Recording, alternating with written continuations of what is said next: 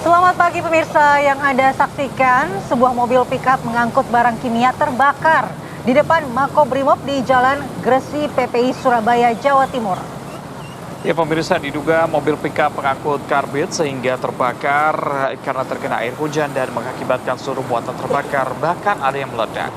Beruntung sopir berhasil menyelamatkan diri sehingga tidak ada korban jiwa dalam kejadian ini. Polisi pun masih terus menyelidiki penyebab kebakaran dan memeriksa pemilik barang tersebut. Padahal kebakarannya juga dalam kondisi hujan ya ini ya? Atau ini air ya dari pemadam kebakaran? Oh, hujan.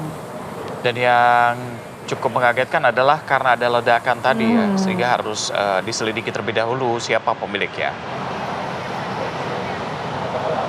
Sementara itu, pemirsa, ini pabrik cat di kawasan industri Bundar, Kecamatan Cikupa, Kabupaten Tangerang, Banten, terbakar hebat pada Rabu malam hingga Kamis dini hari. Karyawan dan warga pun yang berada di lokasi panik karena ledakan beberapa kali terjadi dari tangki penyimpanan bahan kimia. Banyaknya bahan kimia di dalam pabrik membuat api semakin membesar dan merambat ke bangunan lain yang berada di area pabrik cat milik PT Futanlux Chemit Treko ini. Beberapa kali ledakan pun sempat terjadi dari tangki penyimpanan bahan kimia hingga membuat warga dan karyawan yang berada di lokasi kejadian panik berhamburan keluar. Sebanyak 8 unit mobil damkar dari Kabupaten Tangerang dan 2 unit mobil damkar dari Kota Tangerang diterjunkan untuk memadamkan dan melokalisir api. Setelah hampir 5 jam lebih proses pemadaman, api yang membakar bangunan pabrik produsen cat ini akhirnya bisa dikendalikan petugas pemadam kebakaran. Tidak ada korban luka maupun jiwa dalam peristiwa kebakaran ini, pemirsa. Penyebab kebakaran masih dalam penyelidikan pihak yang berwajib.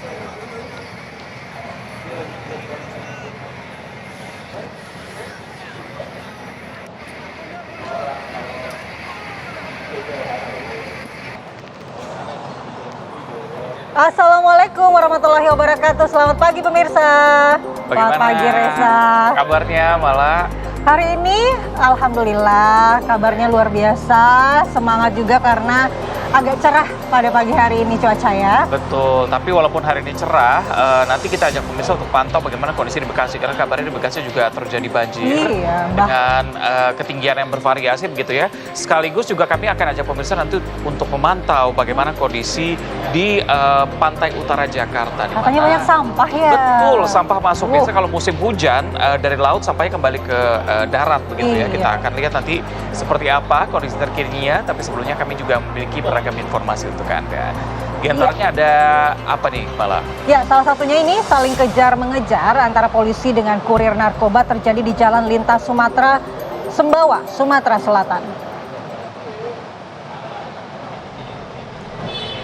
Kita ajak pemirsa untuk lihat bagaimana kejar-kejaran aksinya berakhir saat mobil dari kurir narkoba tersebut ini terperosok ke saluran air di Jalan Lintas Sumatera depan stasiun pengisian bahan bakar umum atau SPBU di Kabupaten Banyuasin. Saat dilakukan penggeledahan oleh petugas, polisi menemukan 30 kg narkotika jenis sabu yang terbungkus teh Cina senilai 54 miliar rupiah. Dalam penangkapan ini, polisi menangkap ada 4 pelaku yang seluruhnya merupakan kurir narkoba jaringan Riau. 30 kg ya, lumayan banyak ini, 54 miliar nilainya.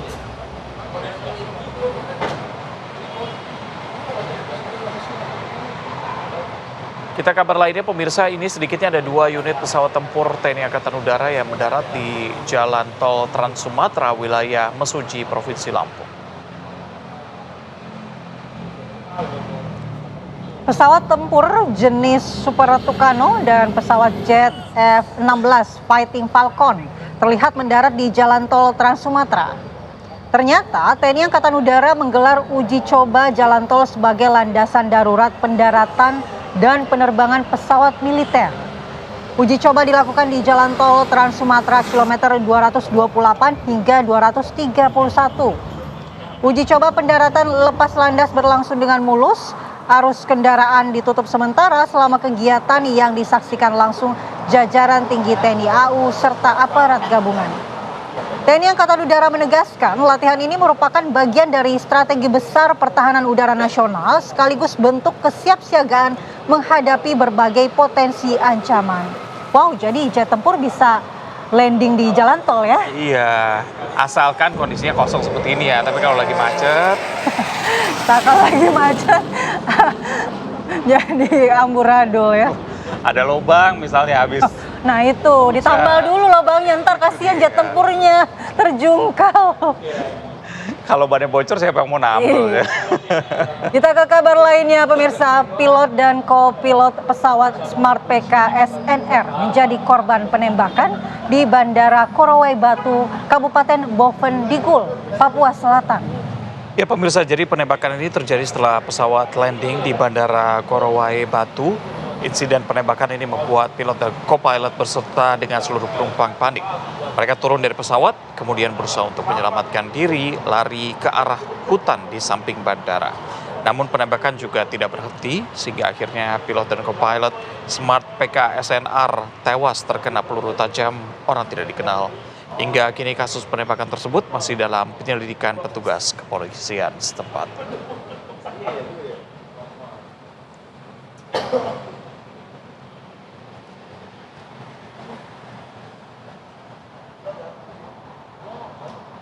Kita bergeser ke Bogor, Jawa Barat. Pemirsa, hujan lebat yang mengguyur Bogor pada Rabu sore mengakibatkan terjadinya banjir, tepatnya di lintasan Desa Bojongkoneng dan Cijayanti, Kecamatan Babakan, Mada, Kabupaten Bogor, Jawa Barat.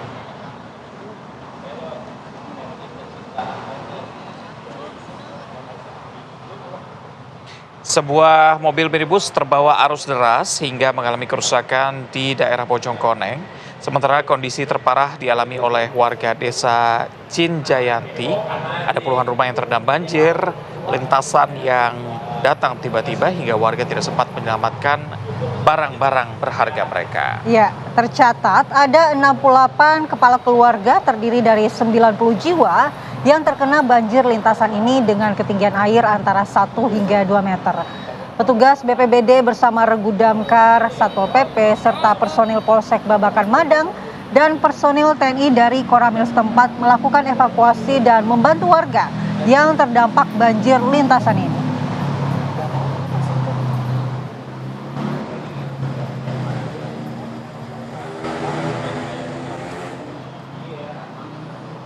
Dari Bogor kita ke Bekasi, Jawa Barat. Ratusan rumah warga di Gang Mawar 6, Kampung Bunga Karang, Margahayu, Kota Bekasi, Jawa Barat juga kembali terendam banjir akibat meluapnya Kali Bekasi. Ketinggian air bahkan mencapai 2 meter. Iya, pemirsa, ini banjir ini merupakan kiriman dari Bogor dengan ketinggian yang bervariatif mulai dari 1,5 hingga 2,5 meter. Banjir yang merendam ratusan rumah warga di Gang Mawar 6 yang ketiga kalinya terjadi pada 2 pekan terakhir. Warga pun mengaku sudah diberitahukan oleh pihak BPBD dan KP2C sejak malam bahwa kondisi Kali Cikeas dan Kali Cilengsi yang mengalir ke Kali Bekasi sudah mulai tinggi. Kondisi tanggul yang rendah di belakang permukiman warga membuat air dengan cepat masuk ke dalam rumah. Hingga saat ini petugas dari TNI dan BPBD Bekasi serta relawan juga masih bersiaga untuk melakukan evakuasi.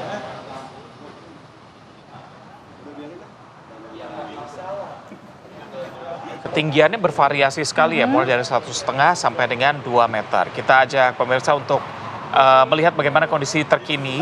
Update-nya pagi ini bersama dengan rekan Kurnia Dwi Hapsari yang akan melaporkan langsung di sana. Kurnia, bagaimana pantauan Anda pada pagi ini? Iya, selamat pagi Reza, Mala, dan juga pemirsa. Jika tadi banjir sempat melanda pemukiman warga di Gang Mawar 6, Bekasi Timur, Kota Bekasi, setinggi 2 meter. Saat ini kondisinya sudah surut, di mana bisa saya gambarkan meskipun sudah surut, namun banjir di pemukiman warga di Margahayu ini menyisakan lumpur yang cukup tinggi.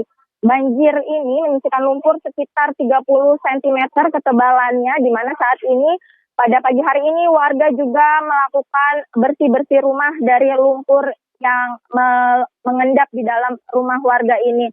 karena memang meskipun tidak terjadi hujan, namun pemukiman warga ini dilanda banjir akibat luapan air Kali Bekasi, di mana tadi malam tinggi muka air Kali Bekasi mencapai 600 cm, artinya melebihi batas normal yang hanya sekitar 350 cm. Namun kondisi tinggi muka air di pertemuan antara Cilengsi Cikeas atau yang menuju Kali Bekasi ini sudah normal atau tingginya saat ini hanya sekitar 300 cm. Dan memang meskipun banjirnya tadi malam terjadi begitu cepat sekitar pukul 11:30 malam, namun warga mengatakan bahwa tadi pagi sekitar pukul 4:30 atau saat subuh ini banjir sudah surut. Dan warga juga saat ini masih terus berupaya membersihkan lumpur, terutama yang berada di dalam rumah. Karena kondisinya kalau di jalan ini lumpurnya masih sekitar setengah betis dewasa atau sekitar 30 cm. Dan warga juga membutuhkan bantuan dari tim pematusan atau BMSDA untuk menyedot lumpur yang masih mengendap di dalam rumah maupun di jalan warga ini.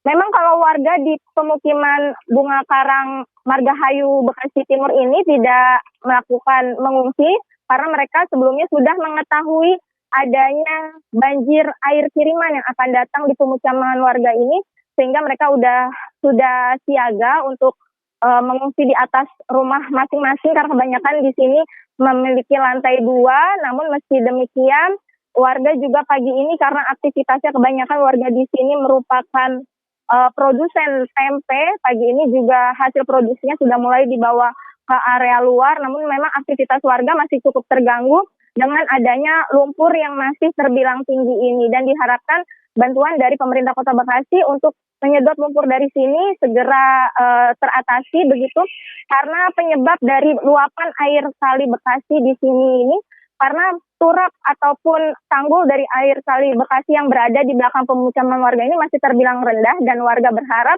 adanya peninggian tanggul dan warga yang tinggal di sekitar bangunan air Kali Bekasi juga sudah siap jika direlokasi. Demikian Mala dan Reza, kembali ke Anda. Baik, terima kasih laporan Kurnia Hapsari dari Bekasi, Jawa Barat. Tampaknya memang ini adalah banjir kiriman dari Bogor dan menyisakan cukup lumpur yang cukup tebal ya. Baik, selamat bertugas kembali nih ya. Dan sebelum kita jeda, kita punya informasi menarik nih buat pemirsa. Jadi kan 14 Februari TV One mau berulang tahun, 2 hari lagi. Aki Pagi mau bagi-bagi hadiah, Reza. Nah ini tapi hadiahnya spesial untuk followers dari Instagram @akipagitv1 ya. Jangan lupa untuk di follow @akipagitv1. Follow saya juga boleh sekalian di situ ya. Nanti tugasnya gampang banget pemirsa. Anda tinggal bikin video yel-yel tentang Aki Pagi TV1 dan juga TV1 secara keseluruhan. Selama maksimal 1 menit dengan hadiahnya luar biasa nih. Ada sepeda listrik untuk juara 1. Wow. Ada uang tunai 1 juta rupiah untuk juara kedua, dan juara ketiga akan mendapatkan uang 500 ribu rupiah. Tapi memang waktunya cukup terbatas nih Mala, sampai dengan 13 Februari 2026, yaitu besok ya. Besok jam 6 sore. Waduh, jadi harus bikin dari sekarang biar besok nih nggak ketinggalan buat ikutan. Jadi jangan lupa posting di media sosial kamu, tag and mention @akipagitv1, dan pastikan akun kamu publik dan sudah follow akun Aki Pagi TV1. Nah, 3 video yang terpilih yang juara nanti akan ditampilkan, kita tayangkan spesial untuk Anda di ulang tahun TV1 nanti hari Sabtu tanggal 14 Februari 2026. Baik, kami akan kembali sesaat lagi dan kita akan hadirkan informasi, salah satunya Barreskrim Polri menahan 2 orang tersangka kasus dugaan tindak pidana pencucian uang, penipuan dan penggelapan yang terjadi di PT Dana Syariah Indonesia.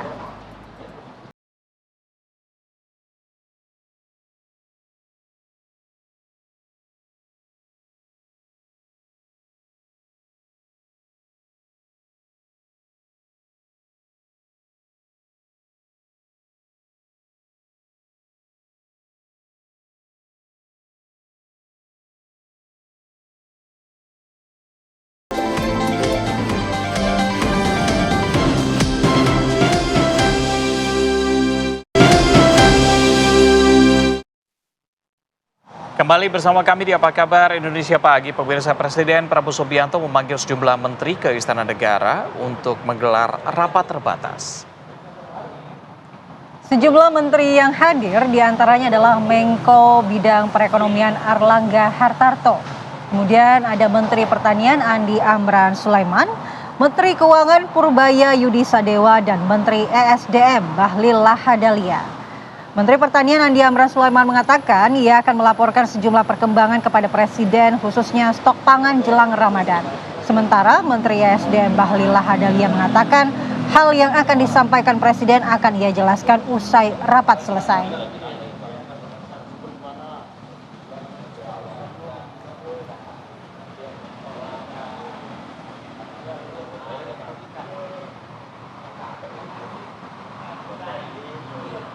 Komisi 9 DPR RI menggelar rapat bersama Menteri Kesehatan Budi Gunadi Sadikin dan jajaran pejabat BPJS. Agenda rapat yakni membahas polemik layanan BPJS Kesehatan pada penerima bantuan iuran atau PBIJK. Komisi 9 DPR RI menagih komitmen pemerintah terkait dengan wacana pemutihan tunggakan BPJS Kesehatan. Menkes meminta rumah sakit yang khawatir menerima dan melayani pasien dengan penyakit kronis yang masuk pada peserta penerima bantuan iuran jaminan kesehatan meski dalam proses reaktivasi.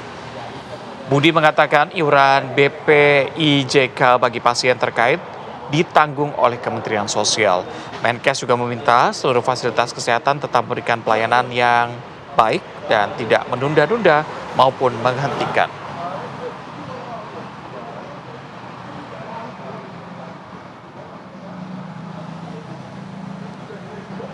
Kabar lainnya, pemirsa, Barreskrim Polri menahan 2 orang tersangka kasus dugaan tindak pidana pencucian uang, penipuan, dan penggelapan yang terjadi di PT Dana Syariah Indonesia. Mereka adalah Direktur Utama PT DSI Taufik Al-Jufri dan Komisaris PT DSI Ari Rizal Lesmana. Penahanan kedua tersangka pimpinan PT Dana Syariah Indonesia dilakukan setelah pada hari Senin kemarin menjalani serangkaian pemeriksaan di gedung Barreskrim Polri. Dalam kasus ini, penyidik telah menetapkan 3 orang tersangka. Satu tersangka lainnya yakni MY tidak hadir panggilan penyidik karena alasan sakit.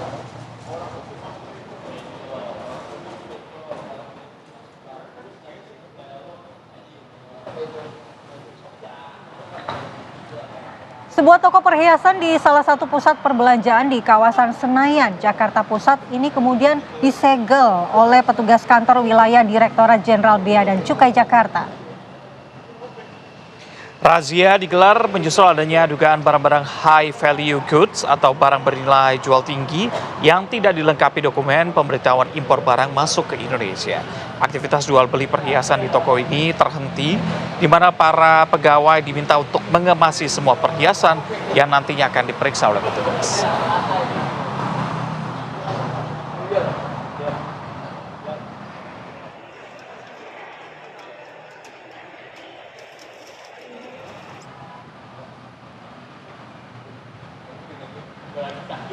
Kita ke informasi lain, pemirsa, ini Kejaksaan Agung menetapkan ada 11 orang tersangka dalam perkara dugaan korupsi ekspor crude palm oil atau CPO dan produk turunannya pada periode 2022 hingga 2024. 11 tersangka tersebut terdiri dari 3 penyelenggara negara dan 8 pihak swasta. 3 penyelenggara yang ditahan yaitu LHB selaku pejabat Kementerian Perindustrian, FJR selaku pejabat Direktorat Jenderal Bea dan Cukai, MZ selaku ASN pada Kantor Pelayanan Bea dan Cukai Pekanbaru. Pemerintah sejak tahun 2020 memberlakukan kebijakan pembatasan dan pengendalian ekspor CPO untuk menjaga ketersediaan minyak goreng dalam negeri melalui mekanisme Domestic Market Obligation atau DMO. Dalam pelaksanaannya, penyidik menemukan adanya rekayasa klasifikasi ekspor CPO berkadar asam tinggi yang diklaim sebagai limbah sehingga dapat diekspor tanpa memenuhi kewajiban DMO. Berdasarkan perhitungan sementara, kehilangan penerimaan negara diperkirakan mencapai 14 triliun rupiah.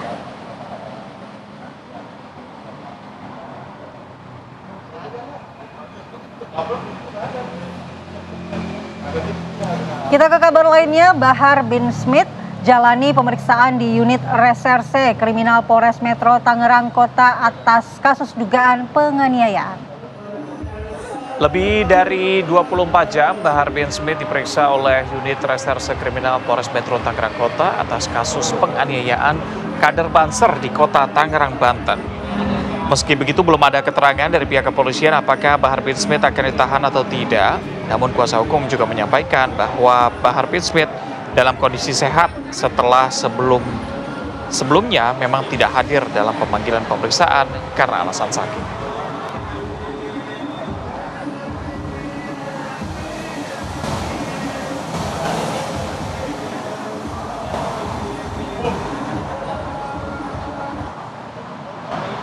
Kita jeda dulu ya pemirsa, nanti usai jeda kami punya informasi mengenai kasus tudingan ijazah palsu Presiden ke-7 Joko Widodo yang lagi-lagi memasuki babak baru di mana Bonatua Silalahi, pengamat kebijakan publik, membeberkan bukti baru terkait dengan ijazah Jokowi. Apa saja kami hadirkan selengkapnya usai jeda.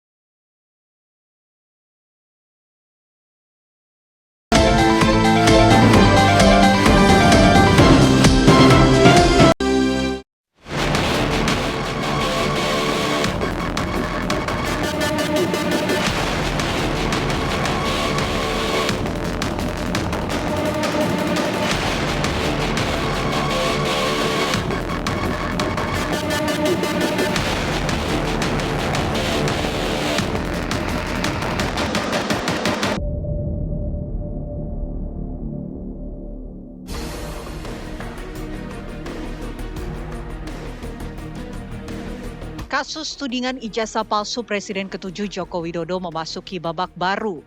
Bonatua Silalahi, pengamat kebijakan publik, membeberkan bukti baru terkait ijazah Jokowi. Bonatua mengklaim memiliki salinan tanpa sensor ijazah Jokowi dari Komisi Pemilihan Umum KPU. Dokumen diterimanya dari KPU merupakan ijazah yang digunakan Jokowi saat mendaftar pada pemilihan presiden tahun 2014 dan Pilpres tahun 2019. Untuk mendapatkan salinan ijazah Jokowi, Bonatua terlebih dahulu menjalani sejumlah sidang di Komisi Informasi Pusat. Pihak Majelis Komisi Informasi memutuskan menerima seluruh permohonan gugatannya kepada KPU terkait keterbukaan informasi ijazah Jokowi. Menurut Bonatua, saat ini masyarakat terbelah menjadi 3, yaitu percaya ijazah Jokowi ada dan asli, ragu-ragu, ataupun tidak percaya. Lantas, apakah tanggapan kubu Jokowi dan Roy Suryo dengan dokumen soal salinan tanpa sensor dari ijazah Jokowi dari KPU? Apakah temuan fakta baru akan berpengaruh pada proses penyidikan kasusnya? Tim TV One mengabarkan.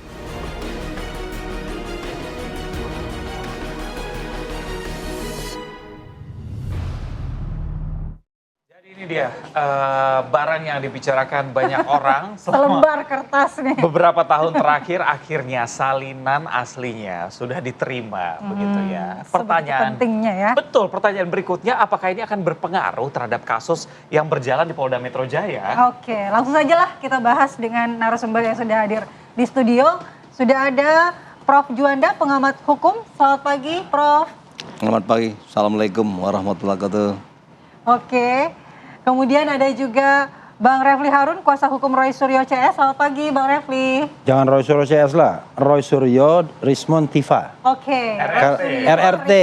dan Ya, Tifa. ya, karena ada klaster 1 kan. Oke. Ya, ini klaster 2 khusus.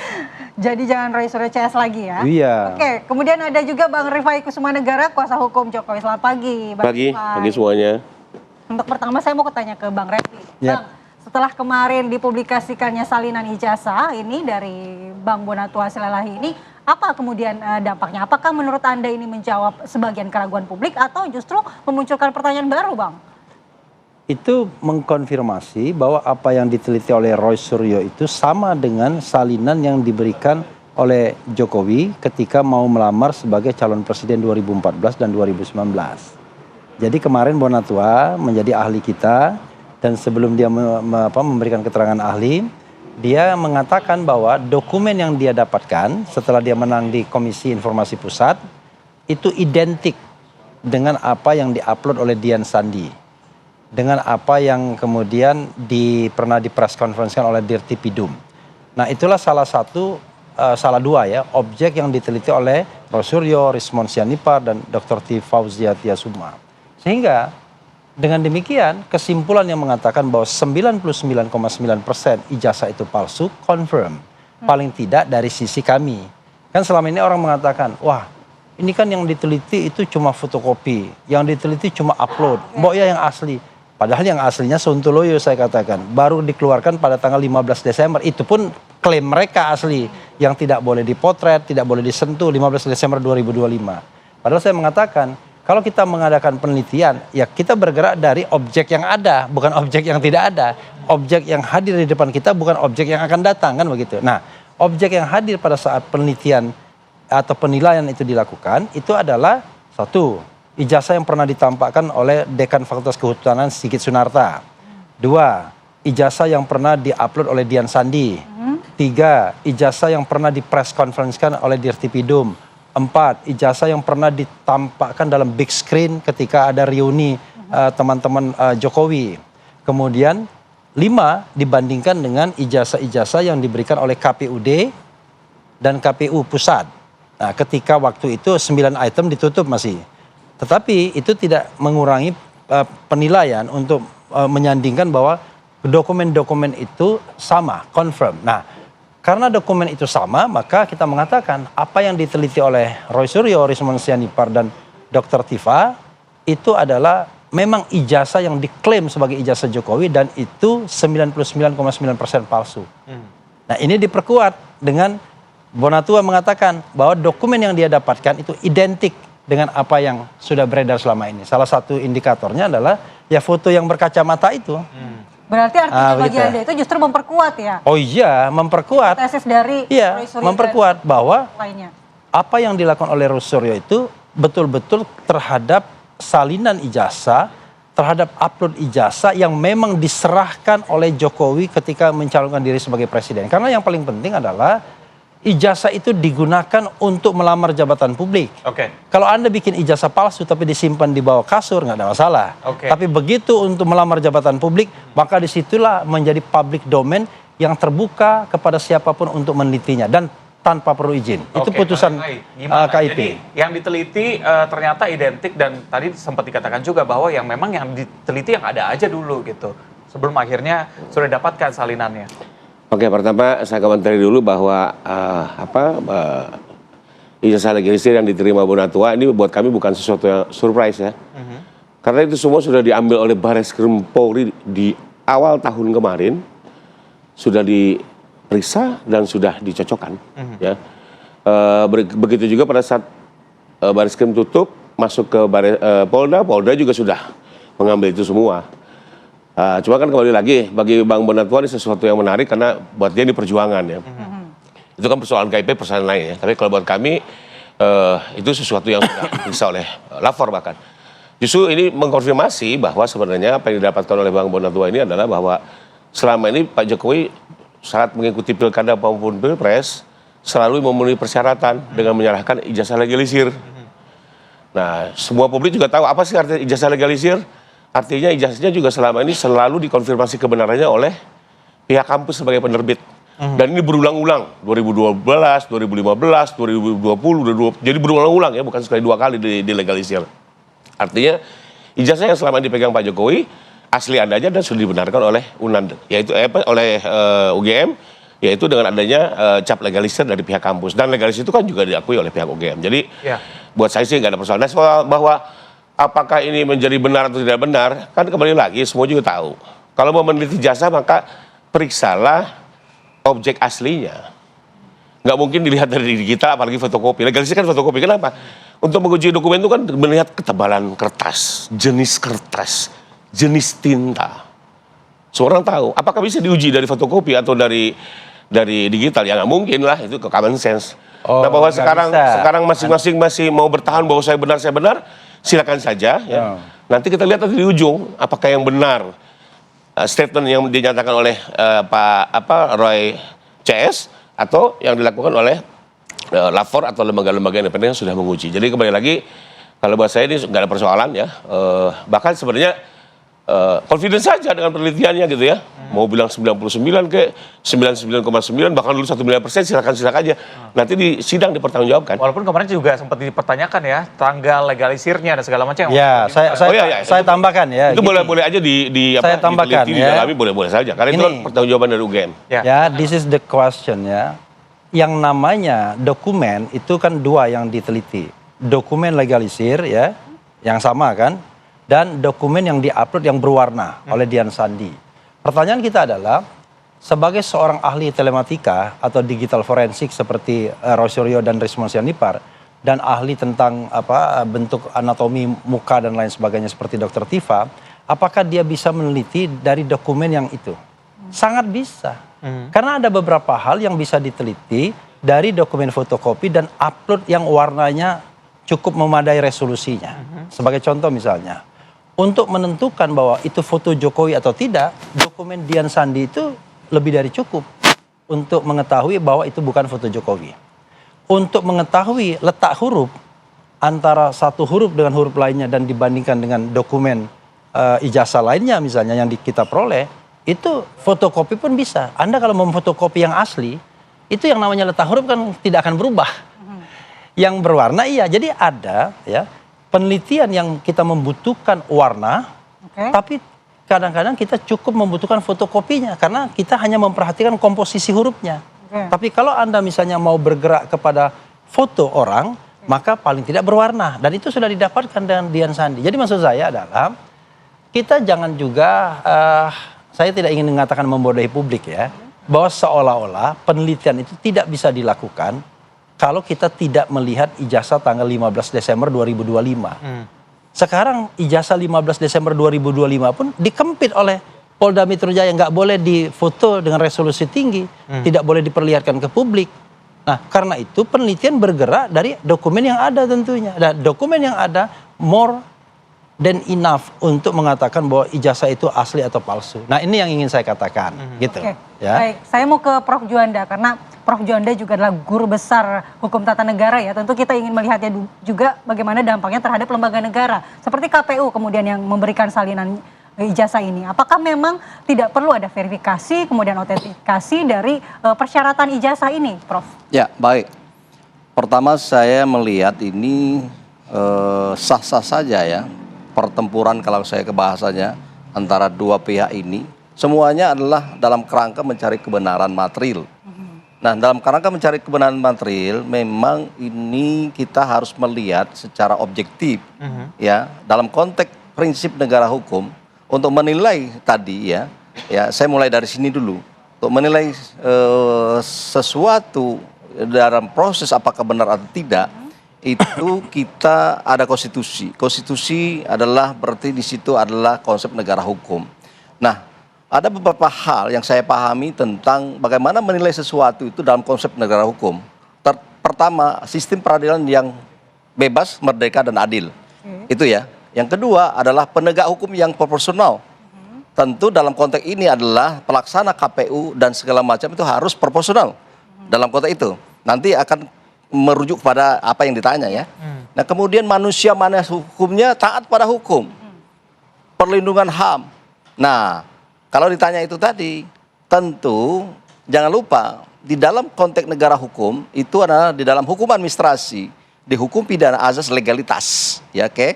Azas legalitas itu artinya setiap tindakan penyelenggara negara apapun dan siapapun harus berdasarkan peraturan perundang-undangan. Nah, pertanyaan tadi, bagaimana verifikasi? Di dalam undang-undang pemilu, di dalam undang-undang pilkada, di dalam undang-undang pilpres, ya, ini udah bergerak jauh ini dari 4228 itu tentang pilpres presiden. Nah, berubah dengan undang-undang pemilu dan seterusnya termasuk pilkada itu dari undang-undang tentang 12 2008 ya sampai kepada yang terakhir 10 2016 di situ dijelaskan tentang verifikasi atau tidak. ketika ada kata-kata verifikasi tidak dijalankan oleh penyelenggara pemilu, itu jelas keliru. Nah, dalam konteks keliru dalam yang bahasa ilmiah saya mengatakan sesuai dengan peraturan yang ada. Nah, itulah asas legalitas yang harus dipahami. Ketika itu tidak dilakukan, maka inilah yang mungkin ajang yang perlu dipahami, ya pertempuran di pengadilan saya kira. Dan secara de facto ya, ijazah itu tidak pernah diverifikasi secara langsung. Tidak pernah. Tidak pernah. Bang Rifai, Baik KPUD maupun Oh, KPU benar. nasional. Tidak pernah Confirm. verifikasi. Nggak pernah Kalau dibaca verifikasi. undang-undangnya secara cermat, jelas tidak ada perintah itu. Nah, kan dia kan ada berbeda pendapat. Nah, bisa bukan terbuka undang-undangnya. Jadi lebih kurang ini. Undang-undang mana itu? Undang-undang pemilu Pemilu tahun berapa? yang berlaku, Pak. Jadi Berlaku.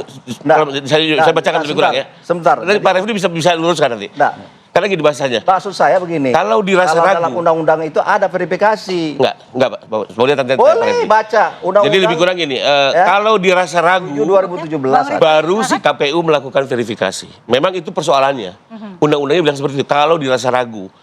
Kalau memang mau dirubah ke depan jauh lebih bagus. Jadi lebih kurang memang ada kata-kata itu di Berarti pasal kalau itu ya Bang dirasa Refli ya. ragu. Ini yang menjadi problem. Nah, tapi kalau disalahkan, oh berarti KPU salah tidak verifikasi, memang undang-undangnya seperti Enggak, itu. jadi gini, saya ingin Harus diluruskan lah, ini jangan bicara kita debat substansi, kusir yang nggak jelas. ya, bicara substansinya. Substansinya adalah ijazah yang dilegalisir itu tidak pernah diverifikasi dengan yang analognya. Nah, ini faktanya. Apakah kemudian itu masih confirm atau tidak dengan undang-undang itu soal lain. Tetapi intinya saya ingin mengatakan tidak pernah ada verifikasi terhadap ijazah yang diserahkan legalisirnya itu. Itu Bisa saya lanjutkan? fakta. Ya. Silakan, Prof. Jadi gini ya, coba dibaca Undang-Undang 42 2008 ya.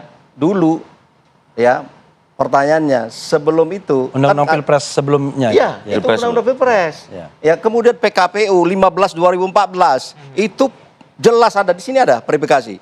Jelas. Kalau bilang mengatakan verifikasi itu salah benar itu. Coba baca. Ini udah dinyatakan oleh KPU, Oh, Prof. hah? KPU udah menyatakan di depan publik. Bukan ini Jadi lebih kurang, undang-undang. jadi Tadi lebih kan kurang bilang KPU tidak ada menyatakan ininya. begini. Jadi persoalannya Tadi adalah kan serahkan Anda legalisir mengatakan ijazah. tidak ada. Apa? Nah, Ijazah itu legalisir keliru. ya. Ini publik loh. Nah, ini legalisir gitu ya. Baca itu Kalau KPU PKPU merasa ragu, 15 2014. ya, baru di Itu loh. verifikasi. Saya Nah, ini mau- problemnya. Dibilang Bahwa ke depan tidak ada undang-undang yang mau dirubah verifikasi, boleh. Itu Silakan aja. keliru itu. Masyarakat kita membodohi masyarakat. Itu saya agak sedikit ini ya. Ya. Baca PKPU 15 2014. Jelas ya di pasal 14, 15 sampai 20 itu soal verifikasi. Oke, nanti Jadi, kita akan tanggapi jangan ya. bilang tidak Sebenarnya verifikasi. verifikasi menurut dari pihaknya Bang Rifai, kemudian seperti Loh bukan saya ya. Kami sih Ya. itu urusannya KPU, kami hanya peserta. Ya, tapi Menyerahkan. persepsi Anda tentang verifikasi itu Enggak, itu udah dijelaskan KPU di banyak TV kok. Oh, jangan begitu, Bos. Jadi ya. dan saya baca undang-undangnya. Kalau waktu itu. dalam konteks Nah, saya baca membaca undang-undangnya waktu itu, memang begitu kalimatnya. Saya Coba nggak berpihak, baca. saya nggak berpihak ya. PKPU 15 Karena ini undang-undang ya. 14. Bukan Itu undang-undang, dasar Prof. dari Bukan pada PKPU, PKPU 2014. undang-undang. Baik, kita jeda terlebih dahulu ya. Iya, Kita undang-undang, sama-sama bukan membaca PKPU. PKPU 2000. Tapi apapun itu, Tapi Pak Refli verifikasi nggak ngurusin faktual deh. pernah Tanya Pak Refli. dilakukan. Kita akan jeda terlebih dahulu, kita akan kembali usai jeda berikut. Tetap bersama kami.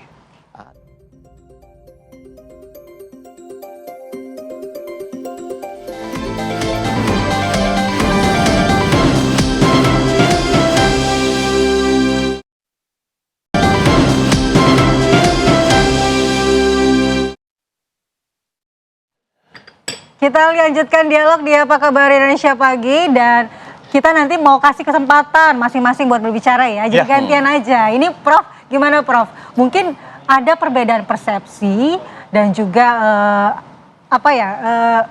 pengertian ya, terkait betul. dengan verifikasi dan juga autentikasi oleh KPU, Prof. Gimana? Jadi begini ya, saya luruskan. Memang kalau pilpres atau pilkada, pemilu kada itu beberapa perubahan undang-undang. Tapi kalau kita lihat 2014 menggunakan undang-undang apa? Ya, belum 2017 belum. Ya, tentu merujuk kepada undang-undang sebelumnya. Salah satunya adalah Undang-Undang 42 2008. Nah, di situ jelas dikatakan ada kata bab verifikasi tentang pasangan calon. Salah satu yang di masalah dokumen, persyaratan, itulah. Kalau antara kelengkapan. verifikasi faktual dan autentikasi gimana, Prof? Ya, kalau faktual itu kan melihat, memverifikasi, membuktikan apakah benar atau tidak tentang hal-hal yang bersifat, yang berkaitan dengan fakta-fakta yang ada kan gitu. Nah, sementara ini sebenarnya sama semua. soal verifikasi itu adalah beda dengan klarifikasi ya. Nah, klarifikasi memperjelas hal-hal yang masih ambigu. Kalau verifikasi dia sifatnya mencari kebenaran tentang data dan bukti yang sudah ada. Nah, apakah itu tidak ada aturan? Ada aturan. Nah, itu yang saya tadi agak sedikit mengklarifikasi dari bang kita ini kan. Nah, jangan bilang tidak ada aturan. Baca, itu yang saya maksud gitu. Soal apakah itu diverifikasi atau tidak, nah itu kan bukan ranah saya. Mungkin Bung Rapli yang tahu kan, karena sering meneliti tadi atau segala macam kan, sudah berdebat. Tapi yang jelas itu ada aturan. Nah, kalau ada aturan menurut saya sebagai azas legalitas dipedomani gitu loh. Kenapa KPU tidak melakukan itu? Verifikasi soal wajib tidak wajib, yang penting ada aturan soal verifikasi itu. Nah, saya kira itu. Oke, Bang Rifai gimana? Ya tadi sudah diluruskan kan bahwa betul memang ada proses verifikasi, bahkan harus mendatangi kediaman dan segala macam. Tapi memang untuk dokumen sifatnya tidak wajib. Tadi kan Mas Heru dibacakan juga. Nah, tidak wajib. Tidak wajib ya. Tidak wajib. Nah, kalau tapi tidak wajib dapat. saya setuju. Tapi ada aturan itu. Itu yang jelas. Bahkan sampai ke rumah. Nah, tapi dia bilang untuk dokumen tidak wajib. Nah, bicaranya dapat. Nah, dapat ini diartikan kalau ada keraguan bisa dia datangi kampusnya untuk langsung cek ijazah itu. Dan ini sebenarnya juga saya sih setuju aja ke depan jauh ini diperbaiki ya. Sifatnya harus wajib, jadi bukan option. Biar jadi perdebatan. Saya setuju lah bahwa hukumnya harus terus diperbaiki, mengantisipasi persoalan-persoalan yang mungkin muncul. Nah, cuma mungkin ada satu hal di sini yang menarik adalah bahwa ya sebenarnya kan kalau dari Pak Jokowi clean, semua ijazah persyaratan sudah diberikan, ada legalisirnya gitu ya. Dia ikuti semua tahapan-tahapan dan biasanya ini fakta juga. Kalau memang ijazah beliau tuh dari dulu sudah dilakukan, ini kan beliau ikut pilkada Solo 2 kali, Jakarta, itu sudah pasti biasanya diserang oleh kontes oleh lawan. Kita lihat banyak putusan MK menggugurkan bupati, gubernur gara-gara ijazahnya palsu. Banyak sekali itu putusannya, bisa di-googling. Jadi itu salah satu yang sudah akan pasti disorot oleh pihak lawan kontestasinya. Itu pastilah. Semua tim ses akan mencari kelemahan lawan dan salah satu yang diincar adalah ijazah. Mungkin juga karena itu KPU tidak begitu aktif verifikasi karena ada mekanisme lain dan selama ini juga banyak calon-calon gugur gara-gara ijazah. Untuk Pak Jokowi kan belum pernah sama sekali. Bahkan kalau kita lihat yang awal, pilkada Solo awal nih ya, Pak Jokowi belum siapa-siapa. Mohon maaf nih dari pengusaha mebel masuk ke politik 2012. Beliau lawannya tuh kalau nggak salah bahkan dosen UGM. Dan sudah tercatat beliau adalah alumni UGM. Kalau betul dia bukan alumni, ya sudah gugur di 2012. Ya. Belum kenal sama siapa loh. Belum kenal Kapolri, belum kenal Panglima. Hanya seorang masyarakat biasa ikut-ikutan pilkada Solo. Jadi belum ada network atau apapun. Jadi sudah harusnya kalah saat itu. Itu aja mungkin. Oke Bang, tapi kalau kita kembali dengan dipublikasikannya salinan ijazah dari KPU ini, akan ada efek domino mungkin. Mungkin ada akan langkah-langkah hukum selanjutnya, bukan hanya dari pihak Roy Suryo dan kawan-kawan, tetapi juga dari pihak lain. Bagaimana Anda menyikapinya? Ya nggak apa-apa lah. Intinya kan gini, bagaimanapun juga kan Pak Roy dan kawan-kawan lah ya kalau saya. Sekalipun beliau kuasa dari 3 ya. Beliau juga kan tentu akan membela diri, akan membuktikan apa yang diyakininya.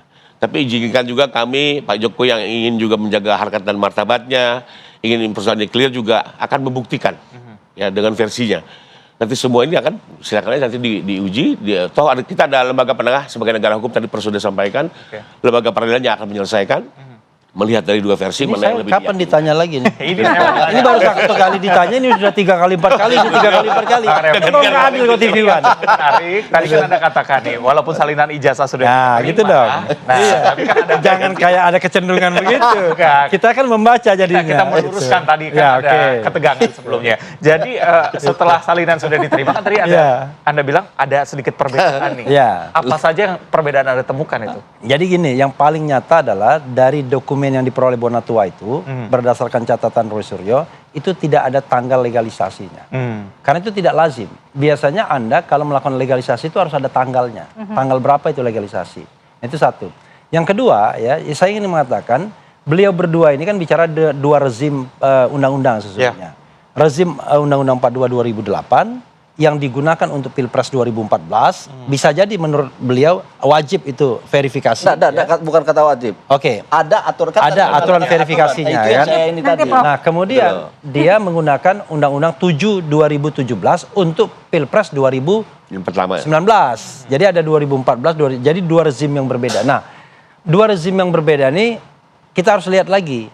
Apakah ada sebenarnya kewajiban untuk melakukan verifikasi faktual. Tetapi apapun itu saya ingin mengatakan tidak pernah baik 2014 maupun 2019 dokumen legalisir itu diverifikasi secara faktual. Nah ini faktanya. Jadi saya tidak bicara aturannya. Saya bicara faktanya karena yang kita bicarakan adalah selembar dokumen yang diserahkan kepada KPU nasional untuk Pilpres dan tidak verified. Tidak Berarti pernah ada kesalahan dari diverifikasi. pihak KPU-nya dong? Ya, saya tidak tahu mau kesalahan atau tidak, tapi yang jelas yang namanya post factum kan terjadi. Saya kasih contoh lagi. Waktu saya jadi kuasa hukum di MK, kita tidak mempermasalahkan ijazah Gibran. Why? Karena informasi tersebut belum sampai ke kita. Tapi belakangan, berdasarkan penelitian yang juga dilakukan oleh Roy Suryo dan banyak orang lainnya, termasuk juga Risman Sianipar, maka confirm yang namanya Gibran Raka Buming Raka tidak memiliki ijazah SMA. Tidak pernah dia menyelesaikan SMA. Nah ini baru diketahui hari ini. Kalau diketahui tahun 2024 ketika sengketa Pilpres kemarin, tentu kita akan bawa ini. Karena ini adalah bagian dari persyaratan. Jadi kalau kita mengatakan misalnya ada bupati dan kemudian calon gubernur di Sumatera Utara, dia mengaku bahwa dia doktor. Begitu dipermasalahkan setelah dia jadi bupati, akhirnya copot.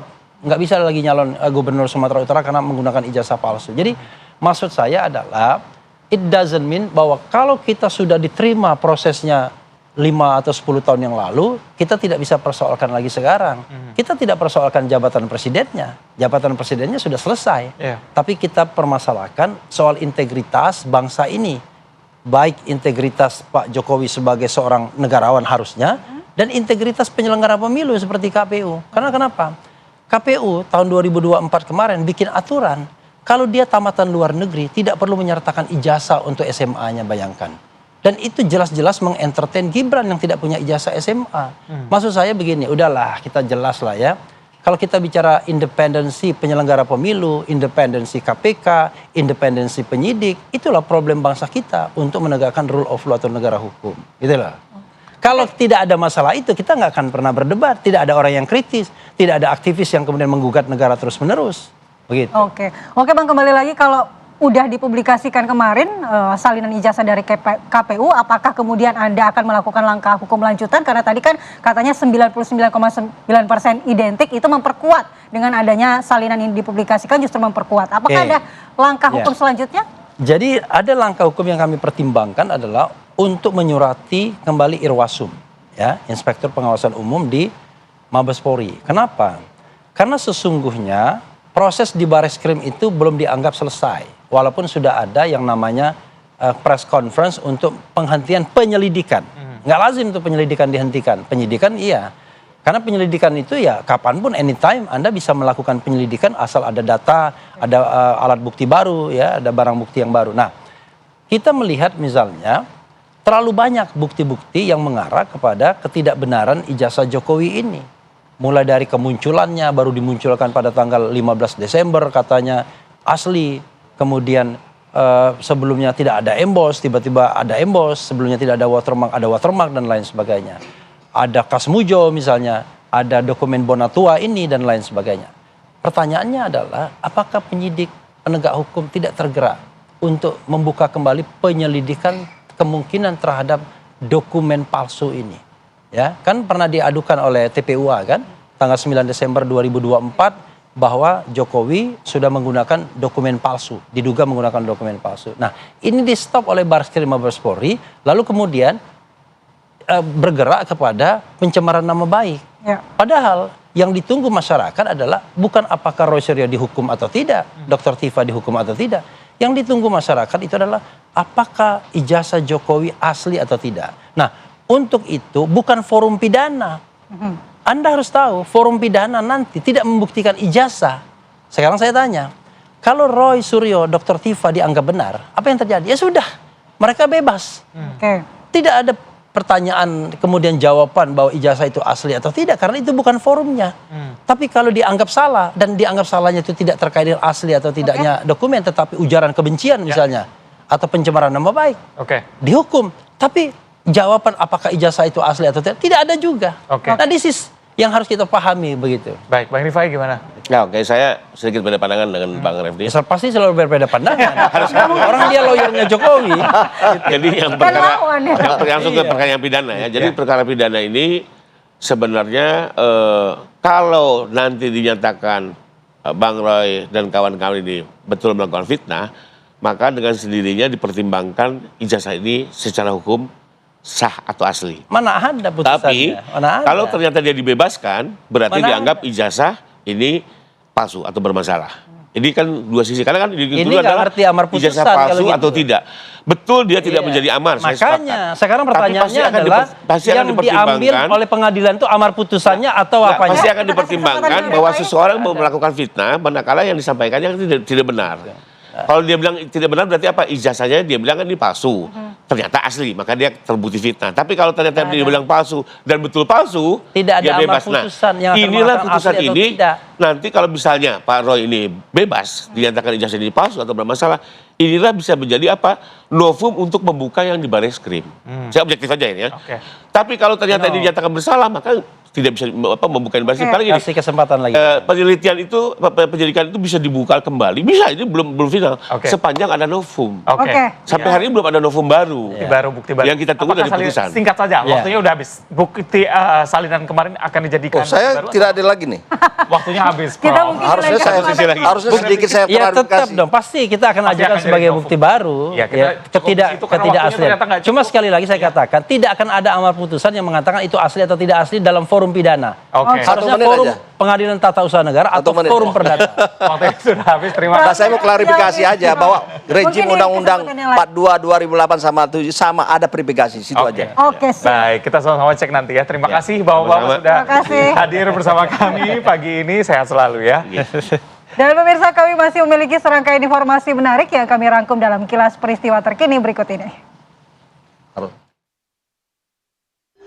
Ya Allah, habis. Allahu Akbar, Allahu Akbar.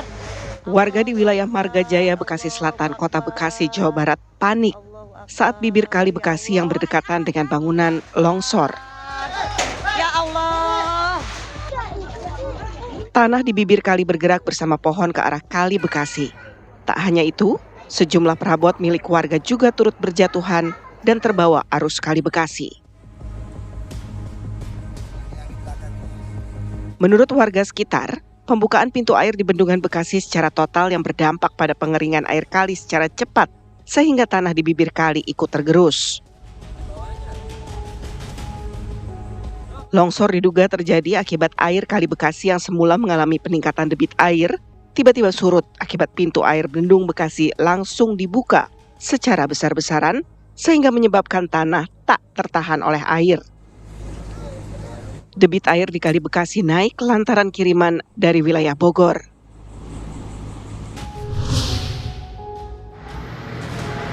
Kondisi terkini tanah amblas di Dusun Kasiran, Wonosobo. Rekaman video amatir warga memperlihatkan kondisi tanah ambles yang mirip sinkhole di Kelurahan Melipak, Wonosobo, Jawa Tengah. Sempat ditutup terpal oleh warga. Lubang berdiameter mencapai 10 meter dengan kedalaman sekitar 8 meter.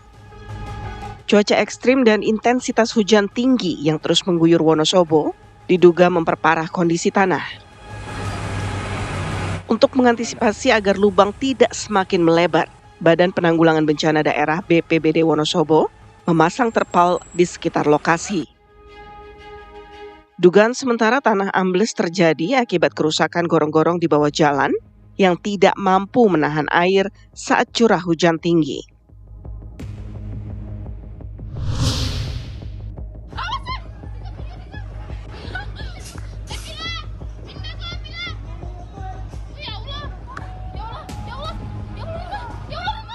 Truk kontainer bermuatan beras tidak mampu menanjak di tanjakan Jalan Poros Trans Sulawesi Selatan dan berjalan mundur tanpa kendali.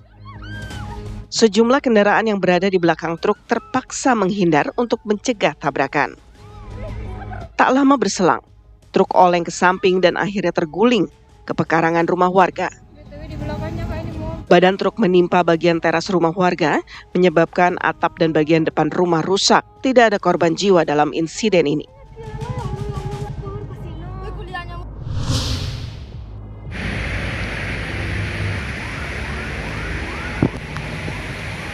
Sebanyak 7 kendaraan terlibat tabrakan beruntun di Jalan Tol Jagorawi kilometer 47. Kejadian bermula saat truk trailer bermuatan air kemas ini melaju kencang dari arah Sukabumi menuju Jakarta.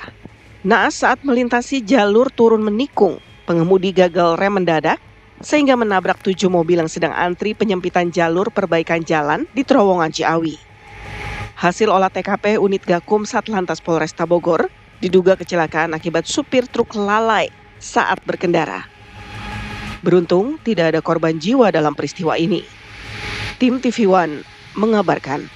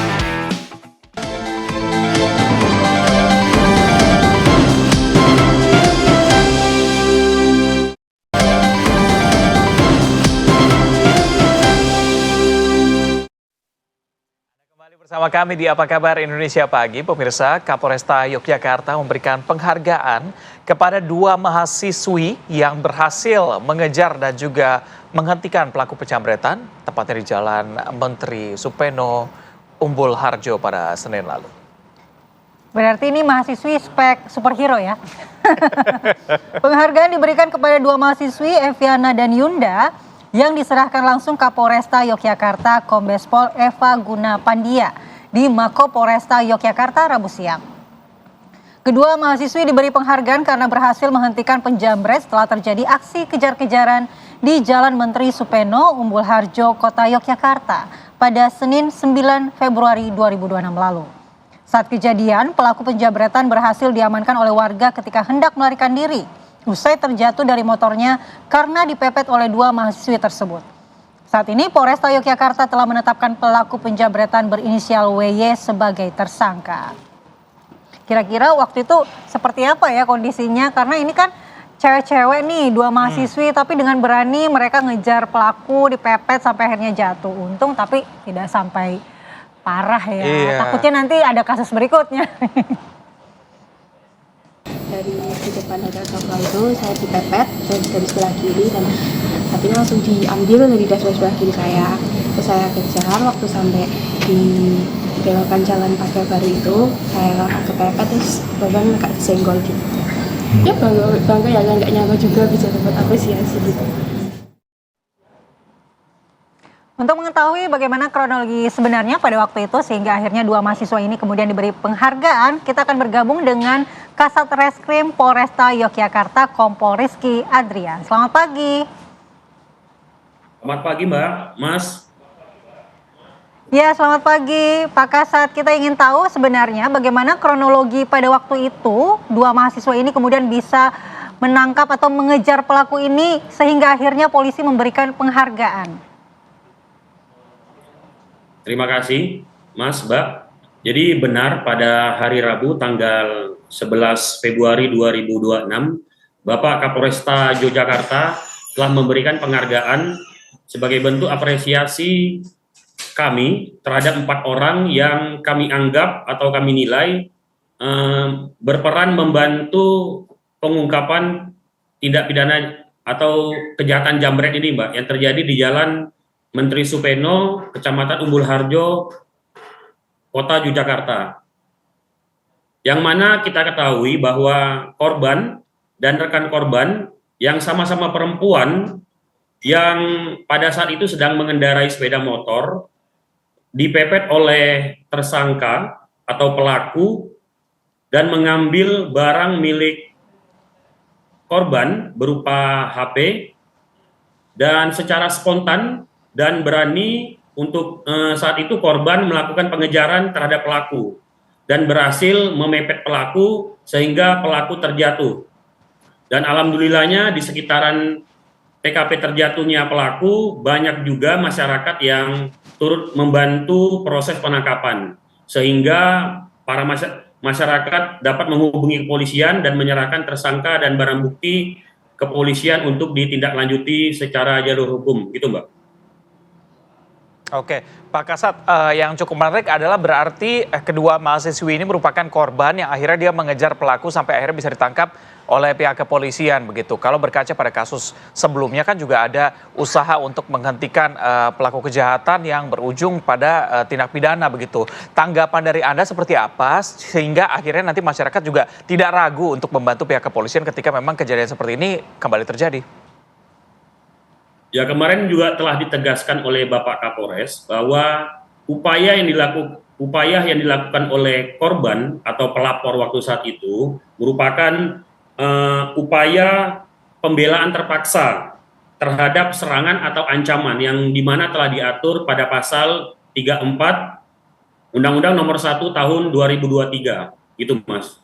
Jadi kami berharap kepada masyarakat, tentunya masyarakat bisa menjadi polisi bagi dirinya sendiri, karena untuk kejahatan itu sendiri tidak mengenal siapa, di mana, dan kapan terjadinya.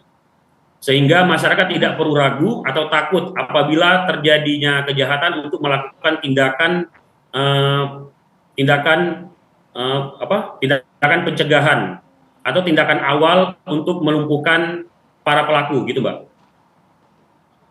Iya, Pak Kasat, mungkin juga kita ingin informasi, apakah memang pelaku penjabretan ini adalah pelaku yang sudah lama beraksi, apakah seorang residivis, atau memang sudah meresahkan warga di sekitar situ?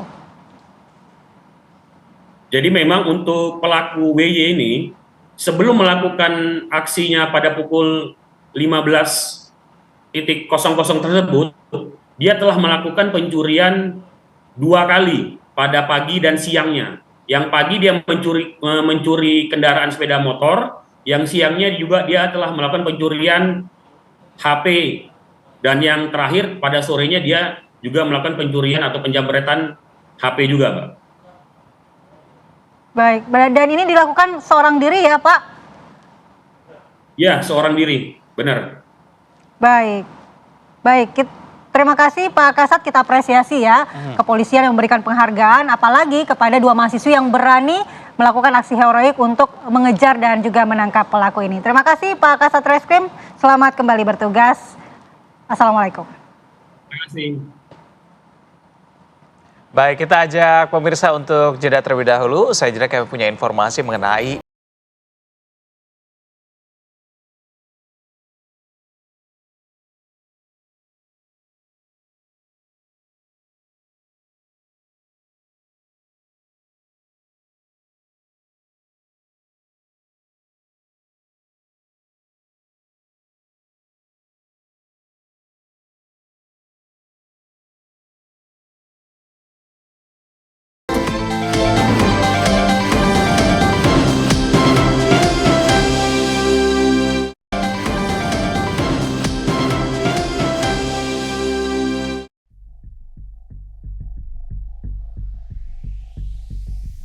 Indonesia siap mengirimkan pasukan perdamaian ke wilayah konflik di Gaza, Palestina. Wakil Panglima TNI Jenderal TNI Tandio Budirevita menyampaikan, TNI siap mengirim pasukan perdamaian sesuai kebutuhan dan perintah negara. Sementara jumlah personel yang akan dikirimkan ke Gaza akan diputuskan pada pekan terakhir Februari oleh Presiden Prabowo Subianto. Wakil Panglima TNI juga menegaskan pasukan yang akan dikirim merupakan personil yang sudah memiliki pengalaman dalam misi perdamaian di luar negeri. Pada prinsipnya TNI siap ya, apapun yang dibutuhkan. Kan sekarang masih dalam proses perubahan. Nanti mungkin kalau tidak salah, minggu terakhir bulan Februari ini akan diputuskan berapa TNI nanti yang akan berkontribusi secara jumlah pasukan. Sampai sekarang kita banyak sudah ada beberapa opsi untuk bisa kita berpartisipasi aktif terhadap perdamaian di Gaza. Saya kira kita sudah punya pengalaman, ada UNIFIL yang pernah ke sana, satuan-satuan yang pernah dikirim ke sana lah nanti akan kita rekrut. Jadi bukan satuan-satuan yang belum pernah tugas ke sana. Kita kalau tidak salah sudah mengirimkan dari tahun 2008 ya. Dari 2008 itu kita sudah mengirimkan UNIFIL ke sana sudah berkali-kali, dan orang-orang ini nanti akan kita kirim ke sana. Tentunya dia punya pengalaman dari sisi medan dan bagaimana dia berkomunikasi dengan masyarakat di sana. Sebelumnya, TNI telah beberapa kali mengirimkan personil ke wilayah konflik. TNI telah menyiapkan sejumlah opsi untuk berkontribusi aktif di wilayah Gaza, Palestina. Dari Jakarta, tim TV One mengabarkan.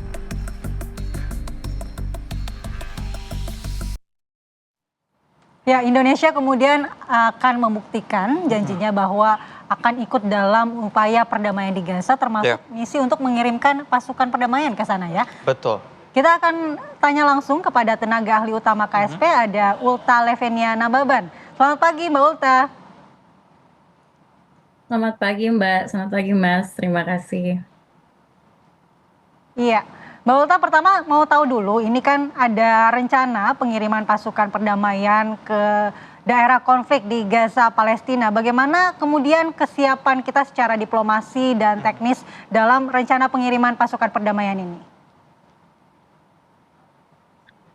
Baik, terima kasih atas pertanyaannya Mbak. Dan memang kalau secara diplomasi sudah tidak perlu kita pertanyakan lagi. Presiden kita Pak Prabowo aktif sekali dalam hal diplomasi untuk keamanan, kemerdekaan Palestina ini, termasuk salah satunya menjadi bagian dari Board of Peace yang diinisiasi oleh Amerika Serikat. Nah, kalau untuk kesiapan kita sudah dari tahun lalu, dari pertengahan tahun lalu semenjak arahan dari Presiden, tentunya TNI sudah mempersiapkan dan terus berlatih. Latihan ini memang selalu diadakan di Sentul. Namun karena ini konteksnya konflik yang aktif dan sangat sensitif, tentu latihan ini akan menjadi latihan yang sangat komprehensif. Dan Presiden Prabowo sudah memberikan amanat, perintah, arahan kepada Menhan dan turunannya kepada Mabes, kepada Panglima TNI, Mabes Angkatan Darat, Laut, dan Udara, semuanya sudah mempersiapkan ini dengan sangat komprehensif juga. Oke, berarti bisa dibilang sudah confirm ya bahwa akan ada mengirimkan 8.000. Apakah jumlah tersebut juga sudah confirm, Mbak? Permasalahan jumlah ini kan awalnya dikutip dari pernyataan Bapak Kasat, Kepala Staf Angkatan Darat, Bapak Maruli, yang menyatakan bahwa kemungkinan itu akan dikirim antara 5.000 hingga 8.000. Itu yang beliau sampaikan di awal. Lalu Pak Tandio sebagai Wakil Panglima juga menyatakan bahwa kita siap untuk mengirim kapanpun jika itu dibutuhkan. Nah, kemudian Mensesnek juga menjelaskan lagi bahwa kesiapan kita Indonesia untuk kemerdekaan Palestina ini tuh sudah sangat firm, sudah sangat fix. Namun memang ini kan kita menunggu mandat dari BOP, dari UN sendiri. Namun masalah kesiapan itu sudah sampai, tadi saya sampaikan juga, kita sudah melakukan latihan-latihan untuk mempersiapkan tentara kita, menyiapkan pasukan perdamaian jika dibutuhkan, jika dipanggil. Nah, permasalahan jumlah menurut Wakil Panglima itu masih belum ada jumlah fix untuk itu. Masih belum ada jumlah yang pasti. Kemungkinan akhir bulan ini ditentukan oleh Presiden. Baik, Mbak Ulta, terkait dengan rapat perdana Board of Peace, apakah Presiden Prabowo dipastikan hadir dalam rapat perdana tersebut dan misi apa yang akan dibawa Presiden Prabowo Subianto? Ya, tentunya Mbak, sudah disampaikan oleh Kemenlu ya bahwa Pak Prabowo, Presiden kita, confirm hadir pada 19 Februari 2026 nanti KTT pertama Board of Peace di Washington, Amerika Serikat. Dan ini adalah bagian dari diplomasi. Tadi ditanyakan apakah kita siap secara diplomasi, apakah pasukan kita siap. Nah, inilah bagian dari diplomasinya. Di sana kita akan menegosiasikan banyak hal, apa nanti rancangan atau grand design-nya, dan bagaimana keterlibatan Indonesia, bagaimana pasukan kita nanti akan ditempatkan. Di situ akan diadakan diplomasi, karena pertemuan pertama kan itu tentang BOP ini dirilis, dibuka oleh Presiden Trump. Nah, di sini kita bisa membicarakan hal-hal yang lebih teknis, bahkan bisa menegosiasikan bagaimana nanti kehadiran pasukan kita di sana. Dan secara singkat bisa dikatakan bahwa ya, Presiden Republik Indonesia Prabowo Subianto dipastikan akan hadir, karena itu sudah dikonfirmasi oleh pihak Kemlu sendiri. Oke, Mbak Uta, tapi kita tidak bisa kesampingkan bahwa ada perbincangan juga di masyarakat yang mempertanyakan sebenarnya apa keuntungan kita untuk mengirimkan pasukan di sana? Keuntungan kita untuk mengirimkan pasukan ke sana sungguh adalah hal yang pertama, secara emosional, secara moral, itu adalah hal yang pasti untuk Indonesia, karena Indonesia tidak pernah mengubah prinsipnya untuk memperjuangkan kemerdekaan Indonesia. Dan kemerdekaan Palestina, maksud saya, maaf.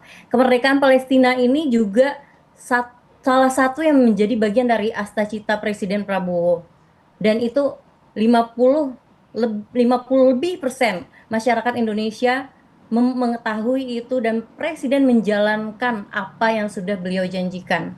Lalu ketika ditanya apa manfaatnya, tentu karena kita memiliki solidaritas kepada masyarakat Palestina yang mengalami kolonialisasi, mengalami banyak hal, tersiksa di tanah mereka sendiri. Dengan adanya kita, itu kita memperjuangkan hak-hak mereka.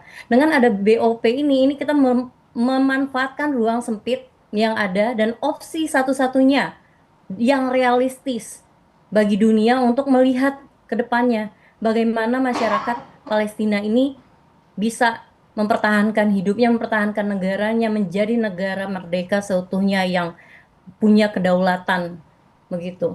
Jadi apa untungnya bagi kita? Tentu pertama solidaritas, secara moral kita selalu mendukung kemerdekaan Palestina.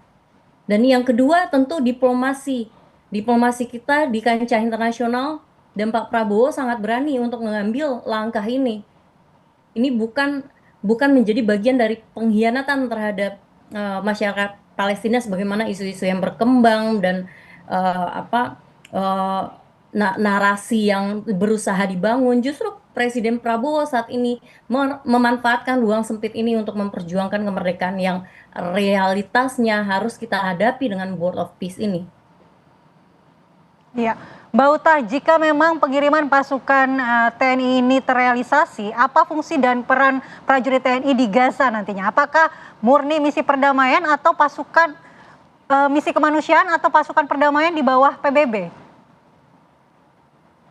Nah, ini yang mungkin tanggal 19 Februari ini Bapak Presiden kita ke Washington untuk mengetahui lebih lanjut, Mbak, bagaimana lebih jauh tentang Board of Peace ini, bagaimana ROI-nya, Rules of Engagement-nya, bagaimana UN juga berperan dalam sini, dalam ISF ini, atau hanya Board of Peace. Nah, ini kan masih hal yang banyak yang harus kita diskusikan. Bukan hanya kita juga yang menunggu tentang mandat dan aturan yang jelas bagaimana nanti di Gaza ini jika kita mengirimkan pasukan misalnya. Tapi negara-negara lain yang juga tergabung dalam Board of Peace ini akan mendiskusikan ini nanti di Washington. Mereka juga akan menunggu bagaimana rules of engagement-nya, bagaimana peran BOP ini, dan jika mereka mengirimkan pasukan, karena bukan hanya Indonesia, apa bagian mana mereka melakukan perannya. Jadi saya rasa akan banyak hal setelah tanggal 19 Februari nanti Bapak Presiden kita ke sana bersama yang mendukung pasti akan mendapatkan banyak hal dan menegosiasikan banyak hal juga. Ini harus kita tunggu dan berharap masyarakat tidak membuat asumsi yang lain-lain terlebih dahulu sampai kita mendapatkan apa yang benar-benar didiskusikan, apa hasilnya nanti. Oke. Baik, kita tunggu bagaimana hasil dari rapat perdana BOP pada pekan depan. Terima kasih Mbak Uta sudah bergabung bersama kami pagi ini. Selamat pagi Mbak Uta. Kita ajak pemirsa untuk jeda terlebih dahulu.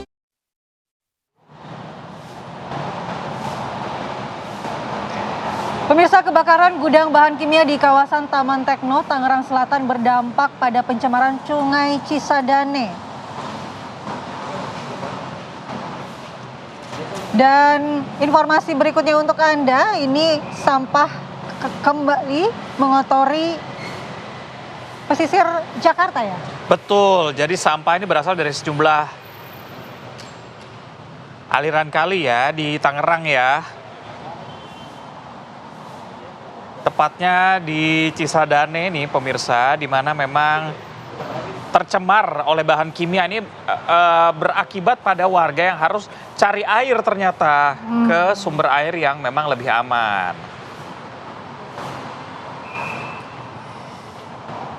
Jadi akibat pencemaran zat kimia tersebut, PDAM menghentikan sementara penyaluran air bersih kepada pelanggan untuk mengantisipasi dampak buruk yang lebih luas. PDAM menyalurkan pasokan air menggunakan truk tangki ke sejumlah permukiman warga di bantaran Sungai Cisadane. Sungai Cisadane yang tercemar kini mengeluarkan bau tak sedap dan membuat ikan-ikan mati mendadak. Warga diimbau untuk tidak menggunakan air Sungai Cisadane dan menunggu pasokan air PDAM kembali normal.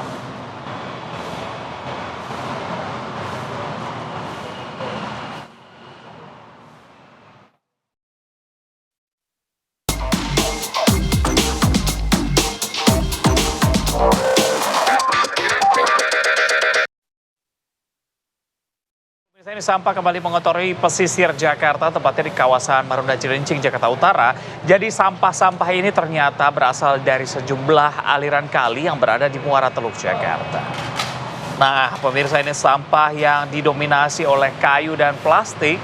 Kita ajak pemirsa untuk lihat terlebih dahulu bagaimana memang dahsyatnya tumpukan sampah yang ada di sana. Ini tepatnya di pesisir Marunda Cilincing, Jakarta Utara. Jadi petugas dari Suku Dinas Lingkungan Hidup Kepulauan Seribu berupaya untuk membersihkan sampah yang berada di sana. Petugas harus membersihkan sampah secara manual dan juga menggunakan kapal pengangkut sampah. Petugas mengaku memang kesulitan untuk membersihkan sampah yang berada di pesisir Marunda karena keterbatasan alat, terutama kapal pengangkut sampah yang kurang memadai.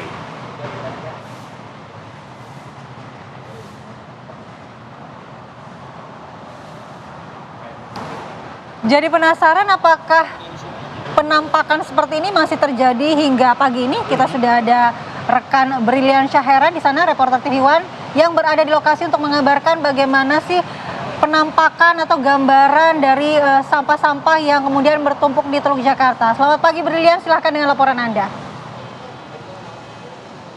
Baik Mala, Reza dan juga pemirsa, betul sekali nampaknya ini sempat menjadi perhatian publik juga di dunia maya terkait dengan adanya penumpukan atau lautan sampah sepanjang kurang lebih 1 km di daerah Teluk Jakarta di kawasan Marunda Cilincing, Jakarta Utara, di mana kalau kita melihat kondisi pagi hari ini dapat dilihat melalui layar kaca Anda bahwa nampaknya untuk lautan sampah ini, tumpukan material sampah ini masih menggenangi begitu dari area pesisir Teluk Pantai. Dan juga kalau kita melihat untuk penumpukan sampah ini sendiri sudah ada begitu sejak Desember 2025 lalu. Dan memang sempat disebutkan juga kalau untuk penumpukan sampah di sini ini merupakan musiman begitu, dalam artian ini akan ada masa di mana ini angin atau pasang air laut ini membawa sampah-sampah yang ada di titik ini dari 13 kali yang ada di sekitaran Jakarta Utara maupun dari Bekasi. Dan dapat dilihat juga ini nampaknya sudah ada beko Troko yang akan eskavator begitu yang nantinya akan dikerahkan untuk melakukan pembersihan di sini. Untuk memperkaya informasi, saya akan mengajak Anda untuk mewawancarai Samsudin selaku dari koordinator lapangan pesisir Teluk Pantai Timur ya, Jakarta zona Timur. Pak Samsudin, mungkin boleh dijelaskan ini sejak kapan ada penumpukan sampah di sini dan ini sudah dilakukan apa saja dalam upaya proses pembersihan? Sudah terjadi mulai Desember dikarenakan arah angin barat yang kebetulan tahun ini musim barat datang membawa ombak, angin serta sampah. Jadi kalau kita lihat sendiri kan materialnya ada banyak banget Pak. Kalau Bapak sendiri ini yang sudah mensurvei di lapangan ini ada apa aja Pak material sampahnya? Campuran ya Mas, ada plastik, busa styrofoam, kayu, dan lain-lainnya. Kalau untuk proses pembersihan Pak, ini kan katanya DLH dari Sudin Kepulauan Seribu ini sudah sempat melakukan proses pembersihan. Apa sih Pak kendalanya dalam prosesnya? Kendalanya satu, kita nggak bisa masuk karena terkait air pasang surut dan memang di kawasan ini perairannya dangkal. Terus personil juga kita kurang. Untuk penambahan kapal juga kita masih sedikit. Jadi kemungkinan kedepannya lebih untuk berkolaborasi penambahan personil dan penambahan alat-alat lainnya seperti halnya kapal fiberglass dan lain-lainnya. Pak, ini kan hari ini dicanangkan akan ada dilakukan pembersihan secara massal dari berbagai sudin, maksudnya instansi juga ya Pak ya. Ini kegiatan apa yang akan dilakukan hari ini Pak? Yang akan dilakukan hari ini adalah kerja bakti kolaborasi bersama pihak terkait yang sudah diundang dan akan dilakukan pengangkutan melalui jalur darat yang lumayan jalannya ekstrim. Ekstrim ya, iya Pak. Pak, ini kita melihat ini sampahnya kurang lebih panjangnya 1 kilometer ini dari ujung ke ujung juga. Ini kalau kita melihat juga posisinya ini ada di lingkungan milik swasta begitu ya Pak ya. Dan ini juga sulit untuk dapat akses ke jalur darat yang lainnya. Ini sekiranya nanti prosesnya ini akan seperti apa Pak? Apakah sampah akan diangkut menggunakan kapal atau sampah akan ditutup menggunakan lumpur yang ada di sini atau bagaimana Pak?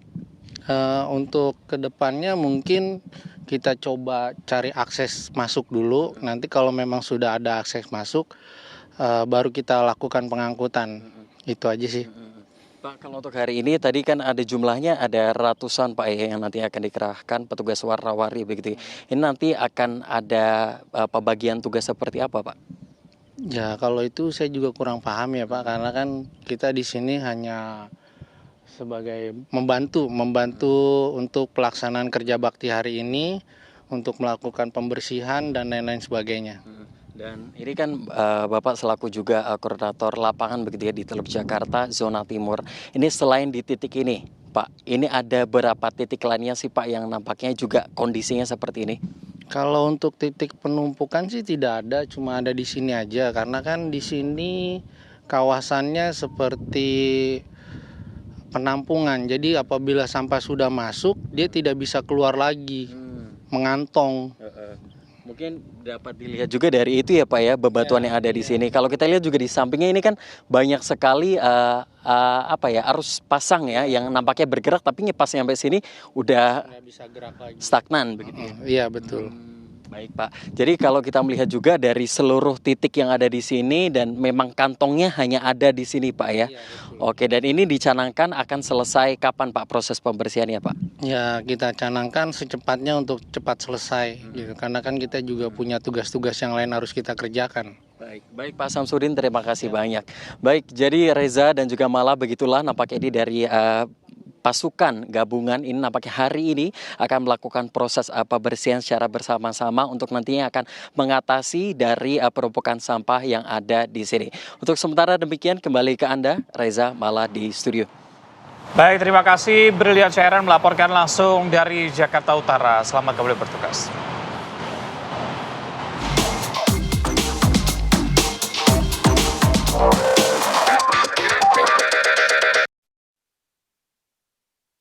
jeda terlebih dahulu ya. Usai jeda kami punya informasi yang viral di media sosial, ada seorang kakek pensiunan guru yang diduga menjadi juru parkir liar. Ternyata diusir dari tempat kios bakso di Jalan Tipar Cakung, Sukapura, Cilincing, Jakarta Utara. Selengkapnya kami hadirkan usai jeda.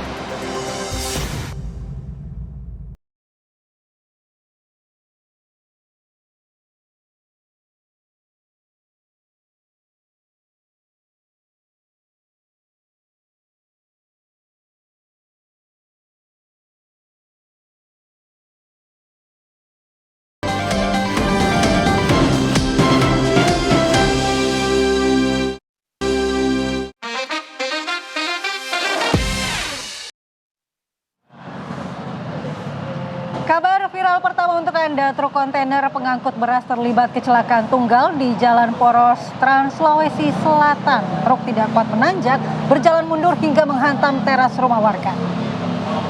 Jadi kecelakaan terjadi di Jalan Poros Trans Sulawesi Selatan. Dalam video amatir yang terekam, ada truk kontainer bermuatan beras yang tidak mampu menaiki tanjakan. Jadi sopir nih ternyata berjuang untuk mengendalikan truk yang merosot mundur, sementara mobil-mobil yang berada di belakang langsung panik ya, menghindari truk yang semakin tidak terkendali. Bahaya banget ya. Betul, ini ujungnya adalah badan truk ini menimpa teras rumah warga yang menyebabkan atap dan bagian depan rumah rusak. Tidak ada korban jiwa dalam insiden ini. Yang viral juga pemirsa di media sosial, ada seorang kakek pensiunan guru diduga menjadi juru parkir liar yang diusir dari tempat kios bakso di Cilincing, Jakarta Utara. Inilah video amatir memperlihatkan seorang kakek diusir secara kasar oleh pemilik usaha bakso. Pedagang bakso mengklaim kerap menegur namun tidak diindahkan sang kakek. Ia sempat mendapat komplain dari pembelinya terkait keberadaan juru parkir liar. Setelah video viral, pemilik usaha bakso mengaku bersalah dan meminta maaf telah berbuat kasar. Belakangan diketahui sang kakek merupakan pensiunan guru dan hidup di rumah kontrakan seorang diri lantaran ketiga anaknya tidak memperdulikannya. Pasca pensiun sebagai guru sekolah dasar, ia terpaksa melakukan pekerjaan serabutan seperti memulung dan juru parkir liar. Aduh, sedih banget ya kalau dengar kisahnya. Di mana kira-kira keluarganya tuh? Ada 3 anaknya loh, sudah tapi pensiun, tidak mempedulikan. betul, masih harus berjuang di usia senja. Kita ke kabar yang lainnya, seorang pemuda di Tangerang, Banten diikat di keranda mayat oleh warga usai kedapatan mencuri kotak amal di masjid. Nah, berani sih macam-macam langsung diikat warga ya. Seorang pemuda ini menjadi sasaran kemarahan warga, tangan dan kaki diikat di keranda mayat. Jadi ini terjadi di Tangerang, Banten pemirsa. Menurut warga, aksi pencurian kotak amal di masjid dan musola di tempat mereka tinggal ini meresahkan sekali. Jadi meski telah terpergok mencuri, namun pelaku akhirnya dibebaskan oleh warga setelah melakukan permintaan maaf kepada petugas masjid.